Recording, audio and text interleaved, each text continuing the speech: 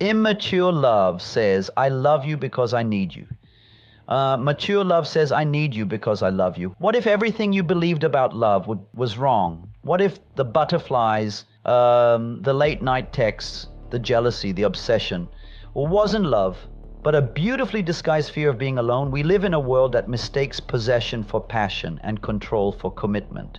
We call it love when someone can't breathe without us. We call it romantic when someone says, you complete me. But that's not love at all. It's neediness, it's fear, it's the ache of an unloved inner child clinging to another soul, not to share life, but to escape their own. And maybe that's why so many relationships burn like fire and die like smoke, because they were never built on real love, only emotional hunger.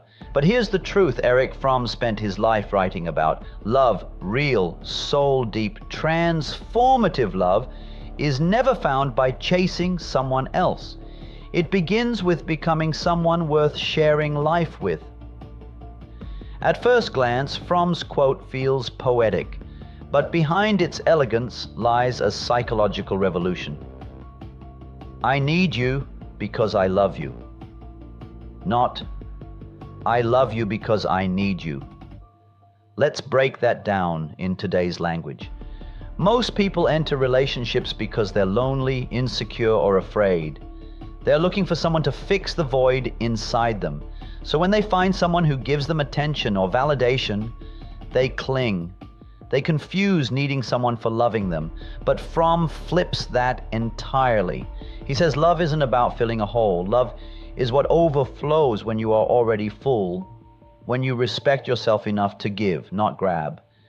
To choose, not chase. Fromm believed that most of what we call love today is actually emotional consumerism. We use people like we use products, and when they no longer satisfy us, that we move on. But mature love isn't about getting something, it's about being something, and being someone who has cultivated presence, patience, and strength. Love isn't a passive emotion, Fromm wrote. It is a practice, a discipline, an active decision of the will. And that's exactly where we're headed next. To understand this truth deeper, we need to look at what happens when a man builds a relationship on need instead of love. I say to me, hey there, and welcome to Erich Fromm, the channel where psychology meets philosophy and ancient wisdom becomes a roadmap to your modern life. Today, we're asking a question almost everyone thinks they know the answer to. When does a relationship become healthy? True Love Explanation by Erich Fromm. Now pause, because your brain probably just flashed images of matching pajamas, cute vacation selfies, and someone texting back in 5 minutes. But none of it is love. Erich Fromm believed love wasn't something that happens to us, it's something we create through discipline, self-awareness, patience, courage, and above all, a deep, honest relationship with ourselves. Most people fail in love, not because they picked the wrong person, but because they never became the right person. They entered love half-healed, half-grown, hoping someone else would do the work. But that's not love. That's outsourcing your wholeness. So today we'll walk through 5 powerful pillars drawn directly from Fromm's life-changing book, The Art of Loving. Each pillar will challenge you, each one will call you higher. And together they'll guide you to a love that's deep, calm, and real. This isn't just theory, this is a journey, a psychological transformation. And it begins within. Let's begin with pillar number 1. A truth so often misunderstood, yet it's the foundation of everything else. Number 1, self-love as the root of all love. You can't love anyone until you learn to love yourself, not in the cliche, treat yourself to ice cream kind of way, but in the real, terrifying, raw way. The way that forces you to sit with your own flaws and not run. Fromm said, love of others and love of ourselves are not alternatives. On the contrary, an attitude of love toward themselves will be found in all those who are capable of loving others. You see, most people try to build relationships like castles. With no foundation, they jump from one partner to another, hoping someone will fix the chaos inside. But self-love is not ego. It's not vanity. It's respect. It's looking in the mirror and saying, hey, even if no one chooses me today, I still choose myself. Think about it. If you don't believe you're worthy, you'll either chase validation or sabotage love when it arrives. You'll think kindness is manipulation. You'll think distance means rejection. You'll read abandonment into silence because you haven't made peace with your own presence. And that's why Fromm insists love isn't something you fall into. It's something you grow from the inside out. He called self-love the seed from which all genuine connection grows. Without it, love becomes dependency, a desperate search for someone to hold what you refuse to carry. But here's the beautiful twist. The more you learn to hold your own heart, the more space you create to hold another's without fear, without control. You stop clinging, you start choosing, you don't beg for love, you embody it. Fromm said that self-love isn't just a precondition to loving others, it's an ethical responsibility. Why? Because when you don't love yourself, your wounds love for you. They speak through your silence, they yell through your expectations, they destroy what they crave most. And so the first pillar of a healthy relationship is becoming someone who no longer needs to be saved. Because the healthiest relationships are not built between two half people looking for completion. They're built between two whole people ready to share their completeness. And maybe, just maybe, the person you're trying to fall in love with is the person you need to become. Number 2, mature love versus immature love. There's a kind of love that burns fast and leaves you empty. And there's a kind that grows slowly until it becomes the safest place in the world. The first is immature love. The second, the one Fromm says we must all strive for, is mature love. Here's the difference. Immature love says, I love you because I need you. Mature love says, I need you because I love you. This is what Erich Fromm told us in The Art of Loving. Immature love clings. It suffocates. It says, don't leave me. I can't survive without you. It's rooted in fear, fantasy, and desperation. It wants to own, to control, to be constantly reassured.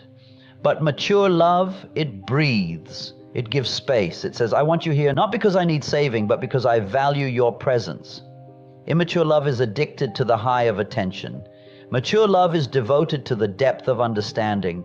Fromm believed most modern relationships fail because they never evolve past emotional infancy. People crave excitement, not intimacy. They want the rush, not the responsibility. They confuse chaos with chemistry, and they call emotional dependency romantic. But real love, mature love, begins when you stop using someone as a crutch and start seeing them as a companion. Fromm writes, love is not a sentiment. It is the active practice of care, responsibility, respect, and knowledge. And if even one of those is missing, it's not love, it's attachment in disguise. Think about this. If your partner didn't reply for 12 hours, would you spiral into fear, or would you trust their love enough to wait? If they disagreed with you, would you shut down or grow from the conflict? Immature love treats every argument like a threat. Mature love sees it as a doorway, a chance to go deeper, to see the other more clearly, to become more together than I either could be alone. So ask yourself, are you loving like a child afraid of being left behind? Or like a grounded soul who knows love is not where you lose yourself, it's where you finally find each other? Number 3, responsibility and freedom in love. Most people think love means giving up your freedom. You get into a relationship and suddenly it's, but where are you going? Why didn't you text back? Who were you with? But Fromm flips that idea on its head. Love is the active concern for the life and the growth of that which we love. Erich Fromm, The Art of Loving, active concern. That means love isn't a prison, it's a responsibility. Not to control someone, but to support them to help them grow into the most alive version of themselves. And here's where it gets tricky. A lot of people confuse control with care. And they say, I'm only worried because I love you. But really, they're just projecting their fear onto the other person. Fromm argued that in a truly healthy relationship, both partners remain free. They choose each other every day, not out of need, but out of love that is voluntary, not compulsive. Real love doesn't hold a leash. It holds a light to help the other person see themselves more clearly. Think of a tree. It doesn't cling to the sun. It just grows toward it. That's what real love does. It turns toward the other, not to possess them, but to join them in their becoming. And yet responsibility matters too. Freedom without responsibility is recklessness, but responsibility without freedom is slavery. Fromm believed love was a choice made fresh every single day. And choice is only possible when both people are free. So ask yourself, do I want to protect this person's freedom as much as my own? Can I hold space for their growth even when it's uncomfortable for me?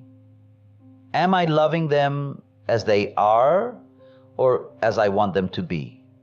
Because in the end, love that controls becomes a cage, but love that honors freedom becomes a sanctuary, a place where two souls stand side by side, not chained, but connected, not trapped, but devoted.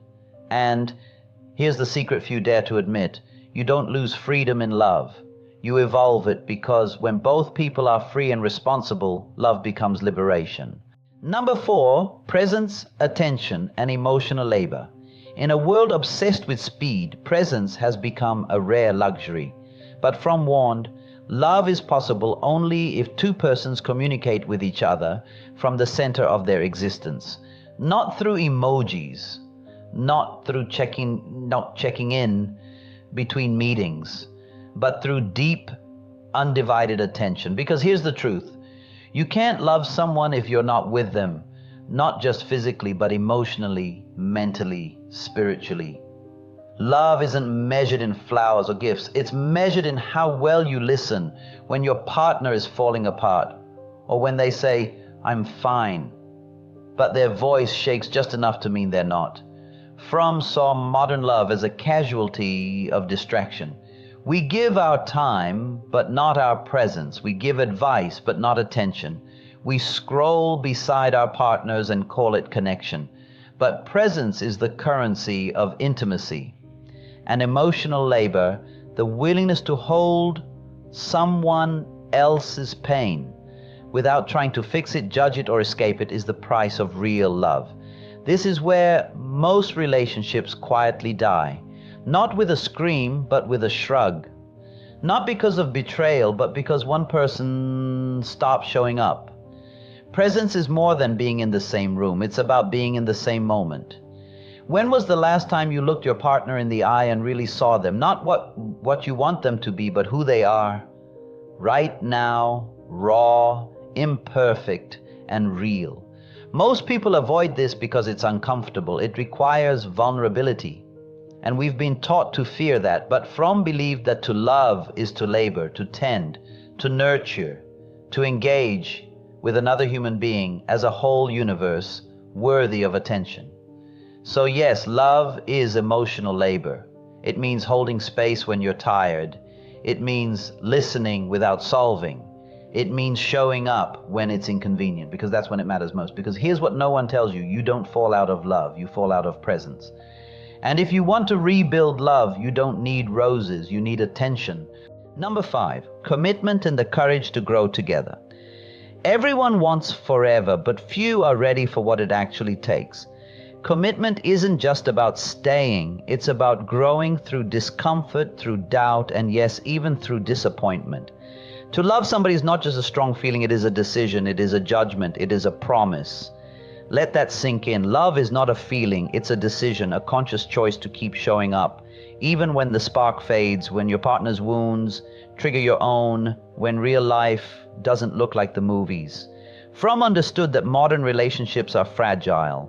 Not because people are incapable of love, but because they treat it like a high, not a practice. And they want the fireworks, not the foundation. And then they crave the honeymoon, but avoid the hard conversations. They say forever on day 1 and ghost on day 30. But healthy love, it's slow burn courage. It's looking at your partner not as a fantasy to fulfill you, but as a fellow traveler, someone who's growing, stumbling, evolving just like you. And here's what people forget. You don't marry a person, you marry a process, a lifelong becoming, yours and theirs.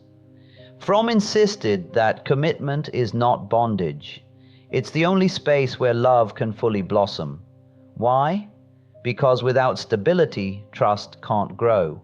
And without trust, love becomes survival, not sanctuary. Think of commitment not as a cage, but as a container, a sacred space where two people can break open, unfold their deepest truths, and build something stronger than either could alone. Yes, it takes work. Yes, it takes patience. Yes, it requires choosing love on the days it feels hardest. But in doing so, you discover something miraculous. Love doesn't die when it stops being easy. Love begins when it stops being perfect, and you stay anyway. Not because you're stuck, but because you've seen the real beauty and you have the courage to grow with it. Because true commitment doesn't trap you. It calls you forward into the most honest, expansive version of yourself. Not despite your partner's flaws, but because love gives both of you permission to evolve. Together, side by side, hand in hand, still choosing, still becoming, still home. What happens when we stop chasing the fantasy of love and start living the reality of it? What happens when we learn to love the way Fromm described, not as an escape, but as an art, a discipline, a sacred act of becoming? Here's what changes. You stop feeling lonely, even in someone else's arms, because you're no longer performing. You're no longer trying to be loved. You're simply being and being accepted for it. You begin to wake up in a relationship that feels like oxygen, not obligation. One where silence isn't awkward, it's safe. One where arguments aren't threats, they're invitations. Invitations to understand, to listen, to repair, instead of retreat. When you embrace real love, you no longer fear growth. You invite it. You no longer run from discomfort. You see it as a necessary fire, burning away the illusion, revealing the gold underneath. And here's the most profound part. Love becomes less about what you get and more about who you become because of it. You become more patient, more honest, more courageous in your softness. Fromm believed love was the greatest teacher, not because it brings peace, but because it brings truth. The truth of who we are, the truth of who we're afraid to be, and the truth of what we could become if we dared to love each other like that. This is the kind of love that doesn't just change your relationship. It changes your life, because when two people come together, not to escape themselves, but to find themselves more deeply in one another, they create something rare, a union that doesn't complete them, but elevates them. Love like this isn't a fantasy. It's a journey. And the journey is real, raw, difficult, but entirely worth it. Let's bring it into the now. No more fairy tales, no more waiting for the one. This isn't about fate, it's about effort. You want a healthy relationship? Then start being healthy with your time, with your words, with your heart. Fromm didn't believe love was something you fall into. He believed it was something you build, something you learn, something you choose again and again. Mature love says, I need you because I love you. Not, I love you because I need you. That single quote can change everything, because modern love is drowning in need. We swipe right not for connection, but for validation. We chase excitement, not depth. We run at the first sign of conflict and wonder why we feel so empty. But love, real, healthy, transformative love, doesn't happen by accident. It happens when you commit to becoming the kind of person who can give it. So what do? Start practicing presence. Put your phone down, look them in the eyes, be there fully, Learn to listen without defending. Validate their pain even when it's uncomfortable, especially then. Choose growth over comfort. Have the hard conversations. Say what you mean and mean it kindly. Protect freedom. Let your partner evolve. Let yourself evolve. Fall in love again with the becoming, not just the beginning. And above all, take responsibility for how you love. Because the love you give is a mirror of who you are. This is what Fromm was screaming from the pages of his books. Love is not passive. It's not something that just happens. It's an art. And you have to train for it like a craft, like a muscle, like your life depends on it. Because maybe it does. So today, stop waiting for the perfect relationship. Start becoming the partner the relationship you dream of requires. Real love doesn't start with finding the right person. It starts with becoming them. So what does a healthy relationship look like? It looks like two people standing side by side, not as halves but as wholes, loving not to escape themselves but to meet themselves more deeply through each other. It's not about being perfect. It's about being present. It's not about losing yourself in someone else. It's about finding the courage to be fully yourself and letting them do the same. It's not a Disney scene. It's not a rom-com finale. It's a quiet, sacred, daily decision. I choose you, still, again, with everything I am. Immature love says, I love you because I need you. Mature love says, I need you because I love you. May we all grow into that kind of love. May we stop running from the work and start creating relationships that feel like truth, not performance. Because in the end, healthy love doesn't just heal us, it wakes us up to life, to connection, to what it truly means to be human.